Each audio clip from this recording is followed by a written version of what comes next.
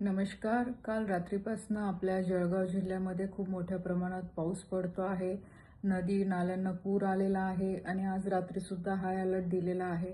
आणि तसंच मी आज सकाळी कलेक्टर साहेबांशी सुद्धा बोललेले आहे. तहसीलदार प्रांत त्यांच्यासोबत पण चर्चा झाली. आता सुद्धा संध्याकाळी मी त्यांच्यासोबत चर्चा केलेली आहे.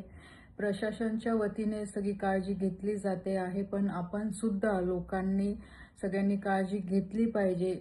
कुठेही जास्त बाहेर घराच्या न पडता आपण कसं सुरक्षित राहू शकतो यासाठी काळजी घेतली पाहिजे. आणि जे काही गावामध्ये जे नदीच्या काठी घरं असतील किंवा नाल्याच्या शेजारी जर घरं असतील तर ग्रामपंचायतने अशा लोकांना एक चांगल्या सेफ ठिकाणी कसं त्यांना घेऊन जाऊ शकतात किंवा दुसरीकडे कसं त्यांना राहायची व्यवस्था करू शकतं यासाठी गावातल्या लोकांनी पण सहकार्य करावं अशी मी सगळ्यांना विनंती करते.